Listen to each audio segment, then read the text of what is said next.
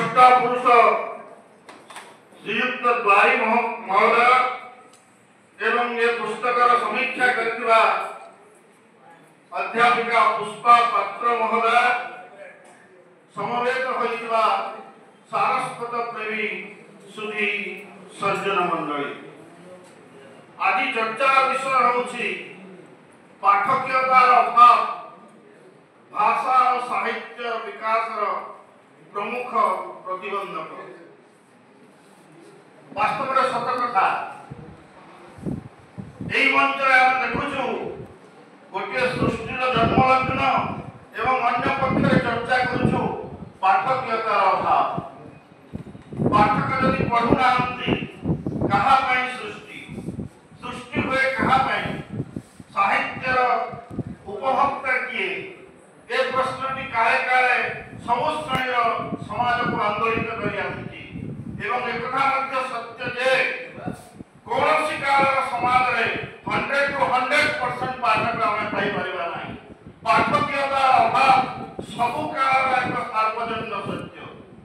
कौन जुगे संख्याधिक लोक पाठक मान्यता पाई पारती ना जुगे जुगे पाठक्यता अभाव रही केवल आज नुहे गत काली थिला आसंता काली रही कविटे लेखे एवं तार सृष्टि को सांगे सांगे तार समकालीन समाज में लोके पठन करिया से पुस्तक की आदृति लाभ करे ए कथा हमें कहि परिबा नाही कला साहित्य हेउछि एक कालजयी सृष्टि एवं ये महाकाल ही सृष्टि को मान्यता दिए तार कालजयीता साक्षर वहन करे आपण माने चिंता करी देखंतु व्यास जेतेबेले महाभारत लिखिले केते जण तांकर समस्कंद माने पढिथिले जेतेबेले वाल्मीकि रामायण रचना कले सेतेबेले भारत वर्षर केते लोकंक पाखକୁ पहुंची पाइथिला रामायणर वार्ता किंतु हजार हजार वर्ष परे आज पृथ्वी व्यापी रामायण एवं महाभारत प्रभाव विस्तार करिछि तेणु महाकाल पक्षरे उन्नत मानव सारस्वत कलार मृत्यु नाही कवि केवे मरे नाही शब्दर परिप्रकाश करी भाव प्रस्फुटन करी मानव जाति को हृदय सहित हृदय जोड़ना जो भाव संवेदना लेखकटीय भितर थाए ताहा हुए तो तत्काल आसे नाही परवर्ती काल पाठक माने निरवधि काल ही तार विचारक हुए एवं कवि पुरुष सम्मानित हुए भवभूति जेतेबेले साहित्य लेखुथिले सेतेबेले सही परि अनादृत होउथिले भवभूति परि विख्यात कवि और नाट्यकार तांको समकालीन समाज रे आदृत होई नांती आम ओडिया साहित्य कथा को जति देखिबा ताहेले दीनकृष्णन परि लोकप्रिय कवि परि जाको हम कहउछु पदलालित्य एवं भाव माधुर्य पाई ओडिया साहित्य को जे उद्दीमंत करिसंती समग्र रीतिकाल रे से मध्य भाव प्रकाश करिसंती तांकर रसकल्लोल काव्य एवं कहिसंती हे प्रभु जगन्नाथ करिए तुम्ह नाम कुसुम जतन करी माला सुसम ताहा मुलाई नेबा कुहि नोभिले क्षमहे हे प्रभु जगन्नाथ हे जगतर नाथ हे मोर प्राण ठाकुर तम नाम को गोटे फूल भाव तैयारी करी सेते माला गुंथी तुमको अर्पण करबा पई गोटे काव्य रचना कली सही काव्य पुष्प माला को मुलाई देबा पई केही जणे पाठक मध्य मु पाई पारली नाही ता अर्थ दीनकृष्णकर कलम बंद होई जाई नाही दीनकृष्ण यदि सही कथा को आके आगे रखी मो लेखा केही पढुनांती केही पढिबे नाही अनादृत होई गोटे लेखक कहीं बंचियो बोली यदि चिंता करते आज हजार हजार छात्र छात्री एवं पाठकंकर हृदय कंगर भितरे दीनकृष्ण संजीवित होई रही थांती तेणु आमे कहिबा सारस्वत सृष्टि मूल्यायन बहु काल परे आरंभ हुए मु तो सबले कहे कविटे तार जन्म काल परिधि भितरे बंचे नाही कविटे बंचे तार मृत्युर परपृष्ठारे गोटे सार्थक सृष्टि जीवनलीला संवरण कर सारा परे तार सारस्वत सृष्टि यथार्थ मान्यता लाभ करे देह धारण करिवा पर्यंत पृथ्वीर आयु काल को बिताउवा पर्यंत हुए तो कवि अचर्चित होई रही थाए, अपरा होई रही थाए, अनादृत होई रही थाए, किंतु तथापि मध्य जदि भल कविता रचना करिथाए, भल सारस्वत सृष्टि निर्माण करिथाए, द्वितीय ईश्वर मर्यादा लाभ करिथाए, जने स्रष्टा जदि से ईश्वरत्व प्राप्ति हेबो ही हेबो, विरवधि काल हेबो काल विचार कर। तेणु क्षोभ करवा किछि नाही, दुख करवा किछि नाही, तत्काल जदि कोनसी प्रशंसा हमकु न मिलुछि। एवं आदि प्रसंग रे मु दुईटी कथा कहबी।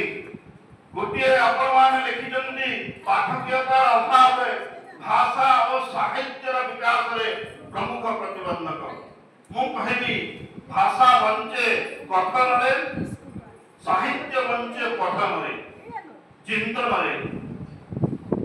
तार भाव उपलब्धि जेतेबेले मंथित हुए हृदय सेतेबेले साहित्य वंची रहे। कथा कहूवा पर्यंत पाटिरे जेते दिन पर्यंत ओडिया मनीष मानकर ओडिया भाषा वंचिछि, भाषा मृत्यु हेबो नाही। विशिष्ट भाषा प्राप्तविद माने कहंती जे साहित्यिक माने भाषार अभिवृद्धि करंती नाही। कथक माने कथा कहूवा लोक माने कमन पीपुल ओडियन लैंग्वेज जो माने व्यवहार करंती, दैनंदिन कथावार्ता जो माने भाषा को आदर करंती, व्यवहार करंती, से भोकल लैंग्वेज, से स्पोकन लैंग्वेज, से कथित भाषा, से कोलोकल लैंग्वेज ही गोटे भाषार असल संपत्ति। तेणु भाषा कथा कहूवा पर्यंत ओडिया भाषा रे मनुष्य माने से चासी हो, मुलिया हो, हलिया हो, अपड़ा हो, पढ़ा हो, जेते दिन पर्यंत ओडिशा लोक मानकर पाठी रे ओडिया भाषा थिबो सेते दिन पर्यंत ए भाषार मृत्यु हेबो नाही। अन्य पक्षरे साहित्य वंचे पठन रे मु कहली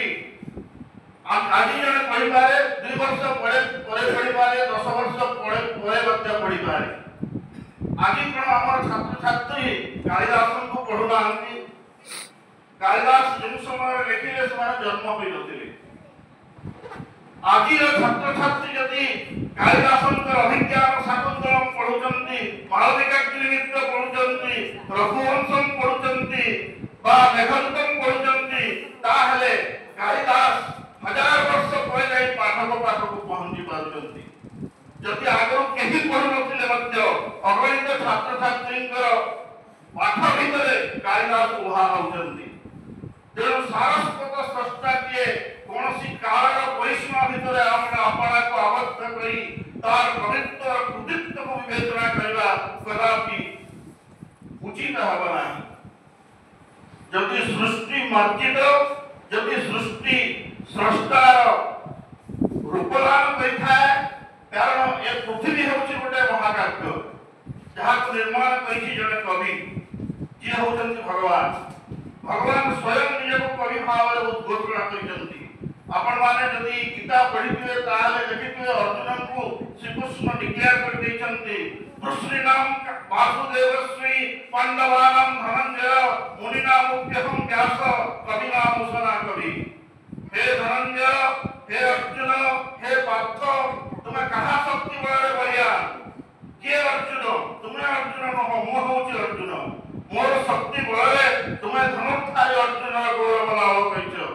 मो होछि वृश्री वंशीय मानक मध्यरे जदुपति श्रीकृष्ण। वृश्री नाम वासुदेवश्री,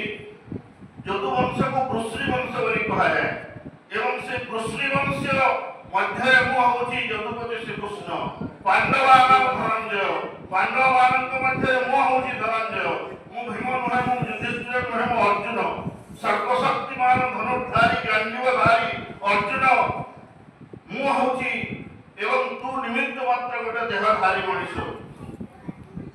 सेही परिप्रेक्षी से कहले कविना मुसना कवि। कवि मानक मध्य मु होछि मुसना कवि। सेतबेले मुसना कवि कहायाउतला शुक्राचार्य को। शुक्राचार्य थिले देवता ए असुर मानक गुरु। प्रकृत आमे देवता मानक गुरु को विज्ञ बलि कहि थाओ। बृहस्पति कुआले देवता मानक गुरु भावे ख्याति अर्जन करथिले, किंतु समालोचक माने कहंती बृहस्पति ठारू मध्य अधिक ज्ञान संपन्न थिले शुक्राचार्य। अत्यधिक ज्ञान हेतु तांकर गोटे आखि फुटी जाइतिला।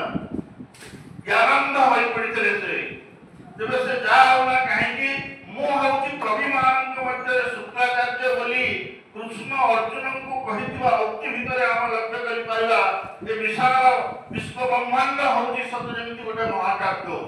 जो दिन अच्छी राति अच्छी सुख अच्छी दुख अच्छी आनंद अच्छी विषाद अच्छी नई नाव पशु पक्षी कीट पतंग मनीष 84 जोजन प्राणी ये समस्त अवस्थान होची एवं आपे आपे परिवर्तित हो जाउची पृथ्वी केही बदल नाही आमे चाहिले एबे सूर्य को अटके नहीं परिवा नाही आमे चाहिले गोटे गछरे दुईटा पत्र जगह 8टी पत्र करि परिवा नाही आमे चाहिले जते विज्ञान प्रगति कले मध्य आकाश को 10 हाथ लंबाई देई परिवा नाही आज शीत अच्छी तू अटकी जा शीत खरा ए कथा कोनोसी वैज्ञानिक करि परिबा नाही तेणु ए समस्त प्राकृतिक परिवर्तन पछरे रहिछि जहांकर जो सर्वनियंतांकर हाथ से होचन परमेश्वर and he is also a poet a writer भगवान यदि जन कवि जन लेखक जन स्रष्टा से भगवान का सृष्टि महत् सृष्टि होची मनुष्य एवं से मनुष्य भितरे केते जन को पाखरे थाए सारस्वत सर्जनार कला जो मान को देवता कला बरी कहा जाय देव कला बरी कहा जाय सृष्टिशील मनुष्य माने होचंती जन जन ईश्वर ताको द्वितीय ईश्वर मान्यता दिया जाईची संस्कृत साहित्य रे अपारे काव्य संसारे कविदेव प्रजापति बरी कहा जाईची तेणु सेमाने शब्द को शब्द सहित जोड़ी एपरि गोटे भाव निर्णय करती जहाँ समकालीन पाठक एवं परवर्ती कालर पाठक मानक मध्य उद्बुद्ध करिवार क्षमता रखे तेणु पाठक माने निराश होबार कोनोसी कारण नाही सेमाने पढ़ंतु आ न पढ़ंतु भल साहित्य आमको निश्चित भाव विश्व दरबार रे सम्मानित करिबो एवं कवि लेखक मानकर कहानी होची प्रकृत पुरस्कार मानव सम्मान ख्याति पुरस्कार ए सब पछरे न खाई जो लेखक माने मनुष्य हृदय पाखक पहुंचवा बाट खोजंती से माने ही काल दैकार स्वाक्षर वहन करंती महाकाल वक्तरे से माने ही बंती रहंती तेणु कवि कोन कहे कि तार हृदय भितरे गुंजुथुवा किछि शब्द को कागजर पृष्ठारे बा तालपत्रर पोथी भितरे छिंचाई दिए तो एवं से शब्दपुंज एपरी भाव एपरी मोक्षण सृष्टि करे मनुष्य हृदय भितर जे ताहा जुग जुग धरी गोटे मनुष्य हृदय भितर उत्फुल्लित होता है भाव उछुली उठुता है मन मनमोहित होता है केतेबेले दुख रे से कांदे केतेबेले हसी हसी पेट फटै दे केतेबेले सुख करे केतेबेले विषादित हृदय रे सांत्वना दे एवं आशा आश्वासना सांत्वना ये समस्त गुणावली साहित्य भितर रहिछि से पढ़ंतु आ न पढ़ंतु आपण माने वृत्तिधारी होंतु कि मृत्यु गुण बिना होंतु आपण माने पढ़ी थांतु आ न पढ़ी थांतु अतीत रे श्रवण परंपरा थिला तेणु प्राचीन साहित्य को शुणी शुणी लोक उपलब्धि करुले कारण सेतेबेले चित्त विनोदन अन्य कोनोसी वैज्ञानिक माध्यम नथिला गाँ मंडप रे पुराण पाठ हेले जड़े पंडित पाठ लोक पढ़ुले शह शह अपाठ लोक माने शुणी शुणी के मन रखुले साहित्य पहुंची जाउतला अप्रेसरे पाठक समाज परवर्ती काल रे हम देखिले जे साहित्य संगीत आमर श्रोता मान को पाठक मान को मुग्ध कला अपना रीति साहित्य को अनुभव करंतु रीति साहित्य केते क्लिष्ट केते कठिन केते दुर्बोध्य ता सत्वे पाठक पाठक पहुंची पाइथिला तार एकमात्र कारण थिला जे ताहा थिला ज्ञान योग्य तार छंद लय देई संगीत माधुर्य रे मन को मुग्ध करिवार कैपेसिटी थिला हमर मध्ययुगीय साहित्य तेणु अपाठ लोकटे मध्य भंजंकर गीत के गाउतला बधिरन होई वीर बोइला तहुम दिवर सुनिली पथरे पथर अवला बाली पड़ी तो चरणु आशंका उपजे एणु नौका नायिका दिले बुड़िब बेला वृत्ति एवं कोसे कुटुंब बसाई नदेवी नावे नथई पाद एटा जे बुझीची मध्य मन रखिछि जे बुझी नाही मध्य मन रखिछि तार कारण हला साहित्यर सांगीतिक मादकता पाठक पाठक अप्रेसरे पहुंची पाउतला आज जो जुग रे हम बसवास करूछु से जुग होछि विज्ञान रो जुग से जुग होछि वस्तुवाद रो जुग से जुग होछि चित्त विनोदन पई गोटे व्यापक सरंजाम हम आगे ठिया होइबार जुग जो जीवन आम वस्तुवादी जीवन आम अर्थकेन्द्रिक जीवन निर्वाह करुचु आम पारंपरिक जीवन धारा बदली जाइए तेणु गोटे बृहत्तर एकान्नवर्ती पारिवारिक संस्कृति आम दूरे रहीचु बापा माँ भाई भौणी साथी संगात ये समस्त जो एकत्र पड़ एकान्नवर्ती पारिवारिकता भारत वर्षर जो दिन ठार विच्छिन्न होती इंग्रेज मान वस्तुवादी भावधारा जिते भारत वर्षर नागरिक मान अनुप्राणित होती आम उपार्जन पथर खाइचु टंका पथर खाइचु अर्थ को श्रेष्ठ जीवन बोली विचार करूँ जीवन पाई एक दुर्विषह प्रक्रिया साहित्य क्या पैसा दिए ना किंतु साहित्य दिए शांति साहित्य दिए आनंद साहित्य हृदयकंदर भितर विच्छुरित करे बंचार प्रेरणा तेणु भागवतर धारी गुड़िक आम श्रोता मंडली को केवल नुहे जीवन धारण करुवा अगणित तत्कालीन जो पाठक वर्ग भारतीय आदर्श जो मैंने ग्रहण करते सांत्वना पाते दुख समय संकट समय विपद समय भागवत धारी गुड़ी से अनुसरण करते मला लोकर खट पाखे भागवत पढ़ा जाऊला से समय देखु साहित्य एत घर घर को पहुंची पारा जे बलराम दास दांडी रामायण छाड़